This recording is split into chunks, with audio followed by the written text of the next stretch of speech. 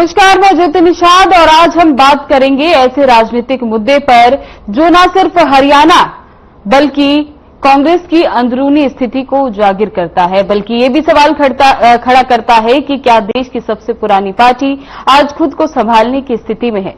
हरियाणा कांग्रेस पिछले 11 वर्षों से संगठन को दुरुस्त करने, जिले में मजबूत नेतृत्व खड़ा करने और जमीनी स्तर पर कार्यकर्ताओं को फिर से सक्रिय करने की कोशिशों में लगा हुआ है, लेकिन नतीजा आज भी 22 जिलों में कांग्रेस के पास स्थायी जिलाध्यक्ष नहीं है और न ही ठोस रणनीति, न जिम्मेदार चेहरे हैं। राहुल गांधी ने 30 जून तक संगठनात्मक नियुक्तियों के निर्देश दिए थे।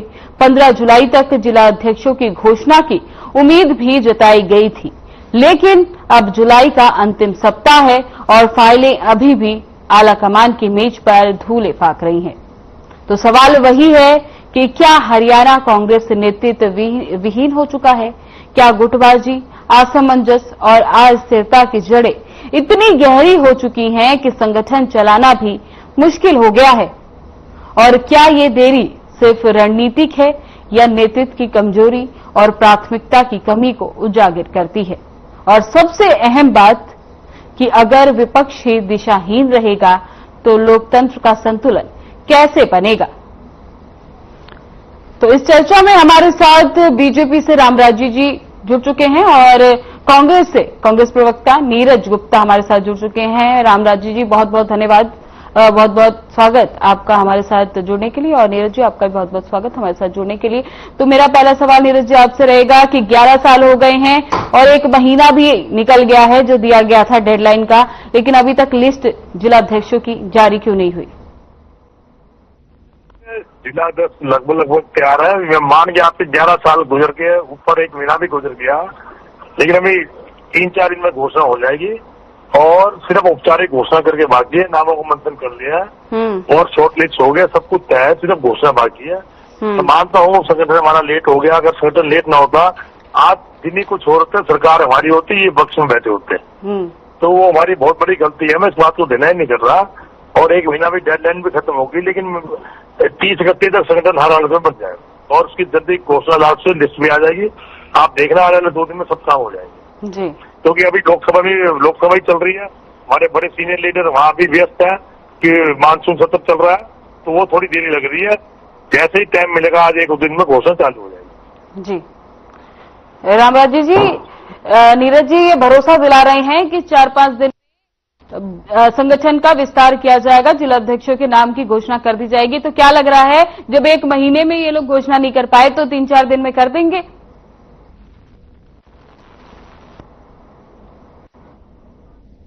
रामराजी जी, मेरा सवाल आपसे है कि जब नीरज जी ये कह रहे हैं कि 4-5 दिन में अब घोषणा है जिलाध्यक्षों की, वो कर दी जाएगी, लेकिन जब ये 11 साल में कर नहीं पाए तो क्या 4-5 दिन में कर देंगे नामों की घोषणा? देखो, मैं आपके चैनल के माध्यम से सबसे पहले हमारे प्रदेश की, हमारे देश की देवतुल्य जनता जनार्दन को मैं राम राम करता हूँ। फिर मैं आपकी बात का जवाब देता हूँ। ना नौमन तेल होगा, ना राधा नाचेगी। इनका कुछ नहीं होना जाना, जैसे पहले इनका था वही रहना है। इनका आपस में लठ बज रहा है, लठम लठा हो रहे हैं। और जैसे पहले हमने आपको बताया, इनकी कांग्रेस में कई कांग्रेस हैं। कहीं चौधरी भूपेंद्र हुड्डा कांग्रेस है, कहीं चौधरी वीरेंद्र सिंह कांग्रेस है, कहीं रणदीप सुरजेवाला कांग्रेस है, कहीं कैप्टन अजय यादव कांग्रेस है, कहीं शैलजा बहन जी कांग्रेस है। तो इनका तो भगवान ही मालिक है। जैसे इनके ऑब्जर्वर आए थे आजादी से पहले हमारे देश में, जब साइमन कमीशन आया था तो उस टाइम में नारे लगे थे, Simon commission go back, Simon commission go back. ऐसे ही इनके ऑब्जर्वर गो बैक के नारे लगे थे जब ऑब्जर्वर आए थे। तो ना नेता प्रतिपक्ष दे पाए 11 साल से, ना इनका संगठन दे पाए।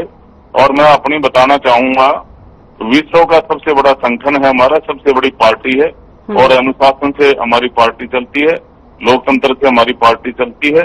और मैं आपको बताना चाहूंगा, अन्ना प्रमुख का चुनाव हमने कर लिया है, बूथ प्रमुख का चुनाव हमने कर लिया है, शक्ति केंद्र का प्रमुख का चुनाव हमने कर लिया है, कार्यकारिणी बना ली है, मंडल अध्यक्ष और कार्यकारिणी का गठन हमने कर लिया है, इनका चुनाव हो चुका है। और जिला अध्यक्ष एवं जिला कार्यकारिणी का भी चुनाव है हमारा, और प्रदेश कार्यकारिणी का भी हमने तकरीबन अन्य प्रदेशों में लगभग टोटल 23 प्रदेश अध्यक्ष, 33 प्रदेश अध्यक्ष और केंद्र शासित प्रदेशों के प्रदेश अध्यक्ष हमारे यहाँ वो क्या नाम है उनका चुनाव होता है। उनमें से लगभग 27 का चुनाव हो चुका है और लगभग ये हमारे 36 में से 36 है टोटल, 36 में से 27 का हो चुका है, 7-8 बचे हुए हैं और हमारा प्रदेश अध्यक्ष की प्रक्रिया चल रही है, राष्ट्रीय अध्यक्ष की भी प्रक्रिया चल रही है। टोटल 36 हमारे केंद्र शासित प्रदेशों के और हमारे प्रदेशों के प्रदेश अध्यक्ष होते हैं, उनमें से 27 का हमने कर लिया है। और जबकि इनका तो अभी कुछ भी नहीं हुआ है। राहुल गांधी पीछे इन्होंने चंडीगढ़ में इसलिए बुलाया था आपस में लड़ना बजे, राहुल गांधी चला जाएगा विदेश में और ये फिर वही ढाक के 3 पात रहने हैं। और जिस तरह से देवतुल्य जनता जनार्दन का आशीर्वाद हमारे को मिल रहा है, हमारे मुख्यमंत्री जी जिस तरह से जनता के बीच में रहते हैं, 24 घंटे जनता के बीच में समर्पित रहते हैं, जनता का आशीर्वाद मिल रहा है। आज किसानों का भाई हमारे साथ हैं, आज मातृशक्ति का आशीर्वाद हमारे साथ है, आज युवा शक्ति हमारे साथ है। मैं आपके चैनल के माध्यम से हमारे प्रदेश के मुखिया को और एसएससी के चेयरमैन को और समस्त पुलिस अधिकारियों को और इसमें जो सीईटी के एग्जाम में जिन्होंने ड्यूटियां दी उन सभी कर्मचारियों को और सभी सामाजिक संगठन को, हमारे पार्टी के कार्यकर्ताओं को, सबको मैं बधाई देता हूं।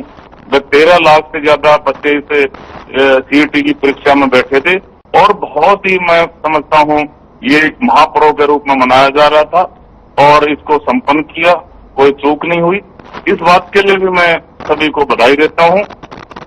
और इन बच्चों में अब एक लगन है, एक इनकी इच्छा है और भगवान इनकी इच्छा को पूरी करेगा। हम इनके उज्जवल भविष्य की कामना करते हैं। इसके बाद में पुलिस की भर्तियां भी बहुत जल्दी होंगी और 1-2 दिन में इनका ये क्या नाम है विद इन मंथ इनका रिजल्ट भी आउट हो जाएगा। और जिस तरह से हमारी सरकार जनता की सेवा में समर्पित, तीसरी बार केंद्र में हमारी सरकार बने, जनता के आशीर्वाद से बनी और प्रदेश में भी तीसरी बार हमारी सरकार बनी और माननीय मुख्यमंत्री जी की अध्यक्षता में हमने चुनाव लड़ा और सपा से बहुमत आया और तीसरी बार हमारी सरकार बनी। डॉक्टर नायब सिंह सैनी जी दूसरी बार हमारे मुख्यमंत्री बने और वो जुबान के धनी हैं। जिस तरह से उन्होंने पहले वायदा किया था, जो इनके भर्ती रोको गैंग ने ये 20-25 हजार बच्चों की भर्तियां रुकवा दी थी और तब उन्होंने वायदा किया था, हमारी पार्टी ने उनको दूसरा मुख्यमंत्री घोषित कर दिया था दूसरे कार्यकाल के लिए कि भगवान की कृपा होगी, जनता का आशीर्वाद मिलेगा, मैं पदभार बाद में ग्रहण करूंगा मेरी सरकार और मैं पहले इन बच्चों को रोजगार दूंगा। और उन्होंने इनका रिजल्ट आउट किया, वो जुबान के धनी है, उन्होंने अपना वायदा पूरा किया। अब इनकी भर्ती रोको गैंग फिर एक्टिव हो गई है। वो चाह रही है भाई इन बच्चों का भविष्य खराब हो और वो कहीं न कहीं कोई छोटा मोटा कोई ढूंढ गए और फिर वो माननीय पंजाब एवं हरियाणा हाईकोर्ट में चले जाते हैं। ये हम भर्तियां और भी कर देते हैं, इनका भर्ती रोको गैंग भर्तियां नहीं होने देता। वो नहीं चाहते हमारे किसान का बेटा, गरीब का बेटा, मजदूर का बेटा बिना खर्ची बिना पर्ची के मेरिट के आधार पर नौकरी लगे, इनका भर्ती रोको गैंग नहीं चाहता, ये नहीं चाहते। और जिस तरह से इनके कार्यकाल में भर्तियां होती थी, परिवारवाद, क्षेत्रवाद, भाई भतीजावाद, जातिवाद, आदरणीय मनोहर लाल जी उस टाइम में मुख्यमंत्री थे, उन्होंने उस वाद को तोड़ा। उन्होंने कहा पूरा हरियाणा मेरा परिवार है, पूरे हरियाणा के बच्चे मेरे परिवार के बच्चे हैं और मैं बिना खर्ची बिना पर्ची के मेरिट के आधार पर नौकरियां दूंगा। उन्होंने दिया और उसका अनुसरण हमारे मुख्यमंत्री जी डॉक्टर नायब सिंह सैनी जी कर रहे हैं। आज जिसकी 3-3 पीढ़ी खाली चली गई, उस परिवार का कोई चपड़ासी भी नहीं लगा था और जिसके पास में जुलाने रोहतक तक का भाड़ा भी नहीं, आज वो बच्चा गस्टेड अफसर लग रहा है, कोई थानेदार लग रहा है, कोई एसपीएस अधिकारी लग रहा है, कोई इंस्पेक्टर लग रहा है। आज हमारे लिए गौरव की बात है। ये सरकार सभी वर्गों की सरकार है, छत्ती बरादरी की सरकार है और जनता के प्रति समर्पित सरकार है। जिस तरह से ऑनलाइन ट्रांसफर पॉलिसी बनाई माननीय मुख्यमंत्री जी ने, और इनके टाइम में तो ये उद्योग होता था, लोग जाते थे चल भाई तेरी बदली करवा जाऊं, चल तने नौकरी लगवा ले भाई, कार कर ले भाई, होटल किराए पे ले ले भाई, वहां जाल, फिर कह देते भाई मंत्री जी मिले नहीं है। भाई तू ले जा, अरे इसका किराया दे जा, गाड़ी मेरे पास छोड़ जा। पहले इनके टाइम में तो ऐसे होता था। लोगों को जिस तरह से इन्होंने ठगया, किसानों के बारे में ले लो आप, इनके टाइम में सेक्शन 4(6) का नोटिस थमाया, किसान को डराया धमकाया, सस्ते भाव में जमीन हड़प ली, महंगे भाव में बिल्डरों को बेच दी। आप युवाओं को देख लो, आज हमारा युवा खुश है क्योंकि ये युवाओं की सरकार है। और जिस तरह से सबसे ज्यादा नौकरियां हमारी सरकार ने युवाओं को दी, इनके टाइम में ठेकेदारी प्रथा होती थी, हमारी सरकार ने ठेकेदारी प्रथा को बंद किया। ठेकेदार पैसे लेके भर्ती करता, 2-4-6 महीने बाद निकाल देता, ना उसका PF ESI जमा कराता, ना उसके पैसे देता, सैलरी देता, फिर दोबारा पैसे लेके भर्ती करता। वो ऐसे करता था। हमारी सरकार पारदर्शी सरकार है और जिस तरह से हमारी सरकार युवाओं के प्रति समर्पित है, जनता के प्रति समर्पित है, छत्ती बरादरी का आशीर्वाद हमारी सरकार के ऊपर बना हुआ है। ऐसे ही हम काम करते रहेंगे और जनता की सेवा में लीन रहेंगे, जनता की सेवा करते रहेंगे। आने वाले 30-40 साल तक हमारी सरकार ऐसे ही चलती रहेगी। माननीय हमारे विश्व के सबसे लोकप्रिय और ताकतवर प्रधानमंत्री आदरणीय नरेंद्र मोदी जी ने एक सपना देखा है 2047 तक विकसित भारत का। जी रामराजी जी बने रहे, आप बने रहे। मुख्यमंत्री नीरज जी साकार करने में लगे हुए। रामराजी जी आप बने रहे, अभी आपके पास भी आएंगे। नीरज जी, मेरा सवाल आपसे रहेगा कि जैसा कि रामराजी जी कह रहे हैं कि कांग्रेस ने हमेशा जो भी बीजेपी भर्तियां निकाल रही है बिना पर्ची बिना खर्ची के, उसमें कांग्रेस ने हमेशा टांग अड़ाई है या फिर हमेशा से ऐसा काम किया है कि जो भी लोग हैं उन्हें भर्तियां ना मिले, वो नौकरियों में ना लग पाए, तो उस पर आपकी क्या प्रतिक्रिया है? कि अपनी विफलताओं का दंड दूसरे पे भुगतना इनका ये काम है। सरकार इनकी और आरोप हम पे लगा रहे हैं, और जब सरकार हमारी थी तो विपक्ष में वैसे ही आरोप लगाते थे। आज से हरियाणा बने इतना टाइम हो गया, इनके कहने का मतलब ये है कि हरियाणा में पहले कुछ चपरासी नहीं था, ये कह रहे चपरासी भर्ती नहीं हुआ, गलत भर्ती नहीं हुआ। अफसर खुद चाय पीते थे, खुद कप धोते थे, कैसी बेतुकी बात करते हैं ये। कोई अगर कोई पंजाब हरियाणा में कोई रिट डालता है, कोई भी सरकार के खिलाफ डाल सकता है, विपक्ष के खिलाफ, उसका राइट है। इसमें कहां से हमारा मतलब आ गया कि भर्ती को क्या आ गया? उसमें कुछ ना कुछ कमी है, अगर उसको एप्लीकेशन को एक्सेप्ट किया जाता है तो कोर्ट देखेगी, उसमें पक्ष और पक्ष सरकार क्या कह सकते हैं।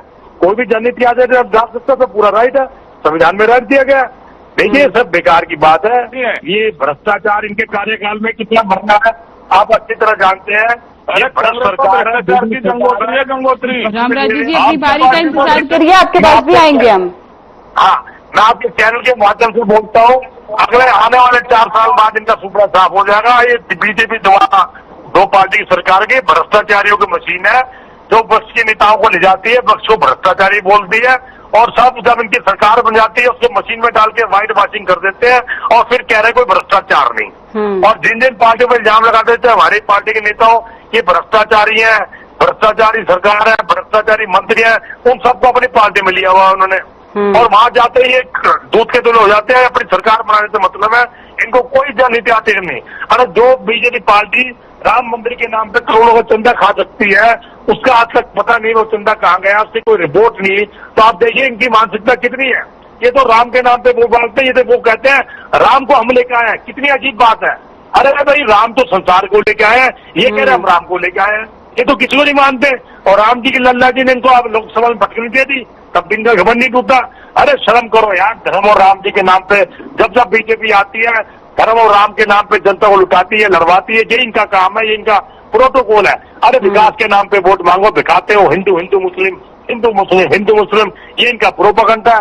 देखिए पिछला शासन उठा के देखिए, जब भी सरकार इनकी आती है हमेशा हिंदू मुस्लिम दंगे भरते हैं। कोई हमारे शासनकाल में ऐसा हो कि बात ही हिंदू मुस्लिम की करते हैं, कभी गेहुआ रंग करा दो, कभी कुछ करा दो। ऐसी बेतुन को विकास से कोई लेना देना नहीं, इनको विकास करना नहीं आता, इनको पार्टी चलानी नहीं आती। ये तो ठीक है सरकार इनकी बन गई, इनका सब कुछ, लेकिन आप देखिए 37 सीटें हैं, हमें जनता ने पूरी तरह निकाला नहीं है। मैं मानता हूँ हमारी संगठन की कमी थी, कुछ ना कुछ कमी थी, जो 7-8 सीटों से हम भटक के नहीं पहुंच पाए। और इनकी भी सीटें कुछ ज्यादा नहीं है, 46 सीटें हैं, 47-48 सीटें कुछ नहीं होती, 46 तो मैंडेटरी है।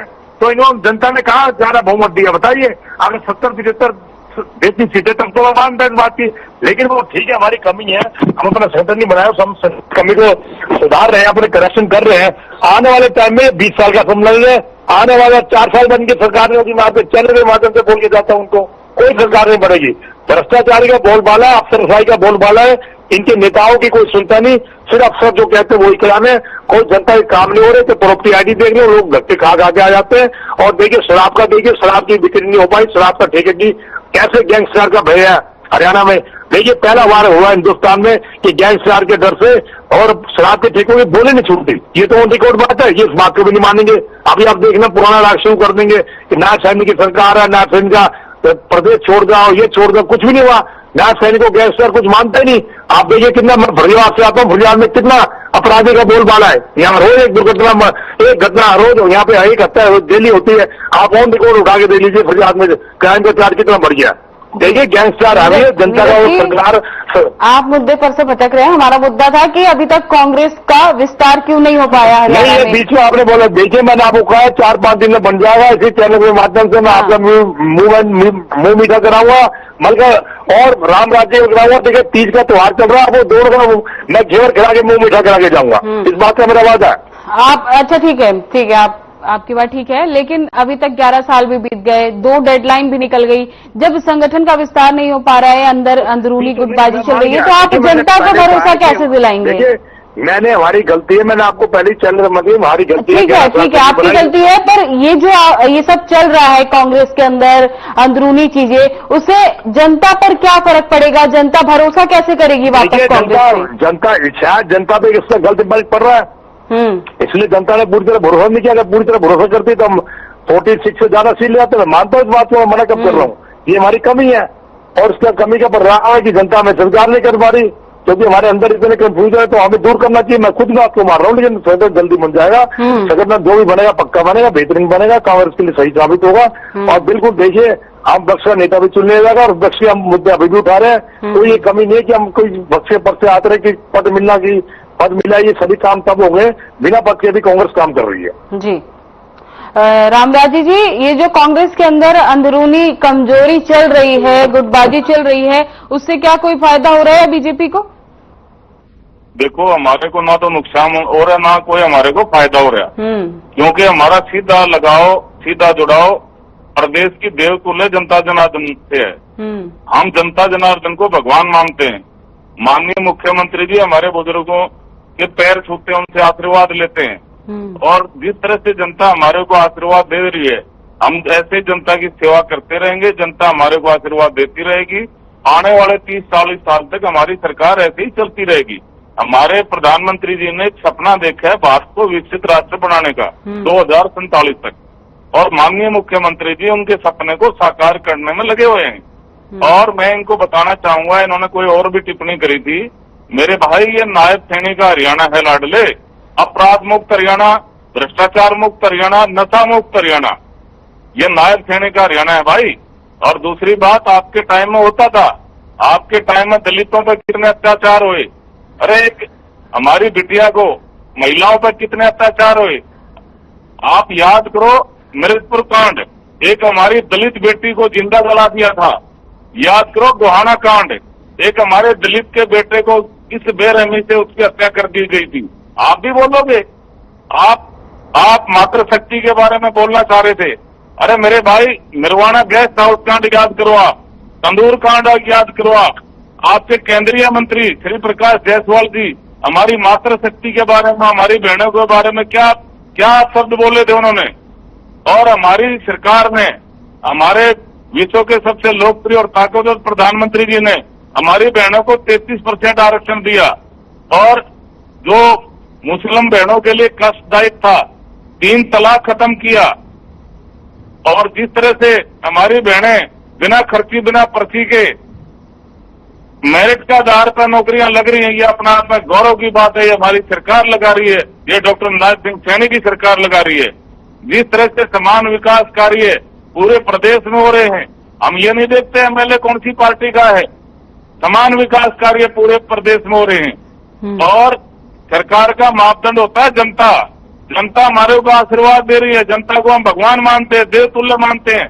आपके राष्ट्रीय महामंत्री देवतुल्य जनता जनार्दन को राक्षस कहते हैं, और फिर कहते हैं मैं कुरुक्षेत्र की धरती पे खड़ा होकर श्राप देता हूँ, बीजेपी का वोटर राक्षस है, राक्षस है। अरे मेरे भाई, आपका शराब तो दुर्वासा मुनि का शराब है क्या? आप उसको शराब दे दीजिए जिसने आपको हरियाणा की राजनीति से बाहर कर दिया। ये जनता ने क्या कसूर कर दिया? जनता तो भगवान है, ये तो देवतुल्य है। कल तक आपके साथ थी, आज हमारे साथ है। जो जनता की सेवा करेगा जनता उसको आशीर्वाद देगी। और दूसरा मैं आपको कहना चाहूंगा, आपने भ्रष्टाचार की बात करी। अरे आप तो आपकी पार्टी भ्रष्टाचार की गंगोत्री है, गंगोत्री। आपके एमएलए उस टाइम के आपके एमएलए से पूछा कि भाई आपकी सरकार में, गोगी जी से एक पत्रकार ने पूछा, आपकी सरकार में भ्रष्टाचार बहुत हुआ, आप घोटाले बहुत हुए। उसने कहा अरे बगैर घोटालों की सरकार चलती है क्या? आपके शमशेर गोगी की स्टेटमेंट है ये। और जब विपक्ष का एमएलए हमारे माननीय मुख्यमंत्री जी की तारीफ करता, आपका एमएलए सिरसा से सेतिया, वो कहता है भाइयों मैं भगवान की सौगंध खा के कहता हूँ, इतना बढ़िया मुख्यमंत्री ना तो हरियाणा में आया है और ना आएगा। आपकी एमएलए शैली चौधरी जी बहन जी, वो हमारे मुख्यमंत्री जी की तारीफ कर रही हैं। आपका एमएलए रतिया सरदार जी, वो कह रहा है भाई इतना बढ़िया मुख्यमंत्री हमने नहीं देखा। और जनता का आशीर्वाद हमारे साथ है। आपको तो जनता ने नकार दिया, आप नकारे गए लोग हो, जनता ने आपको नकार दिया।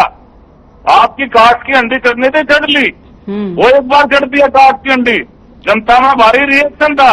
आपने झूठ बोल के लोकसभा में ठगी ठोरी करके वोट लिए थे, 5 सीटें जीती थी आपने।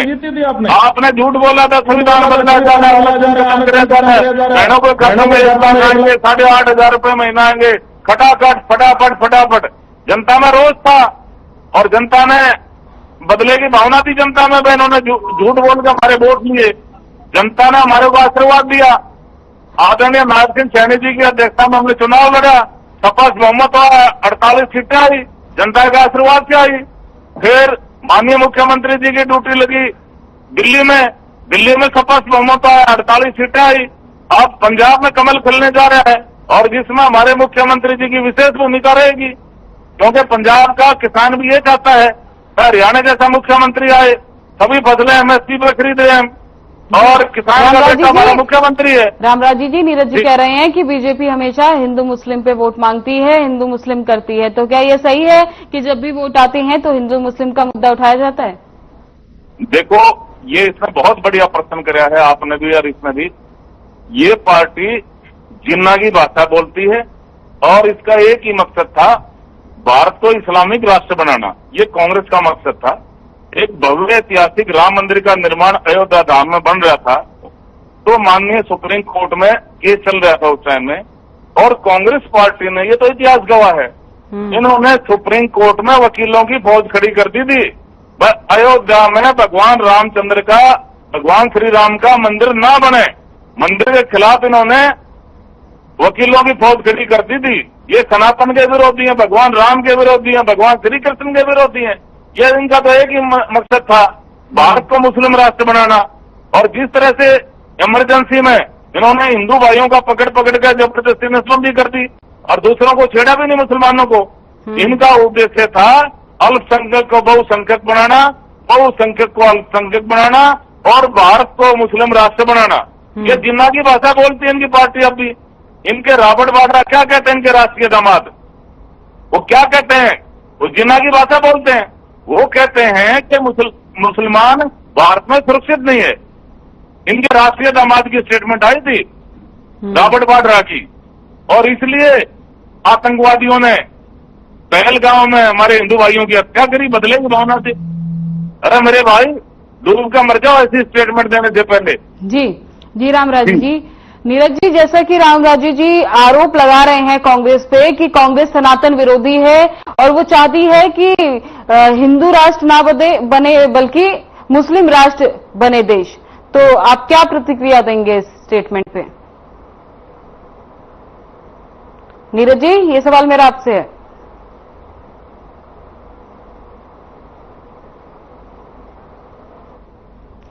चलिए, समय की कमी होने के कारण हमें इस चर्चा को यहीं पे खत्म करना पड़ेगा। रामराजी जी, बहुत बहुत धन्यवाद आपका। नीरज जी, आपका भी बहुत बहुत धन्यवाद हमारे साथ चर्चा में जुड़ने के लिए। तो हरियाणा कांग्रेस में जिला अध्यक्षों की नामों को लेकर गंभीर सवाल बने हुए हैं, लेकिन जब 11 साल में संगठन तय नहीं हो पाया तो जनता कांग्रेस पे भरोसा कैसे करे? विपक्ष अगर मजबूत नहीं होगा तो लोकतंत्र भी कमजोर हो जाएगा। फिलहाल इस चर्चा में बस इतना ही। बने रहे हमारे साथ। नमस्कार।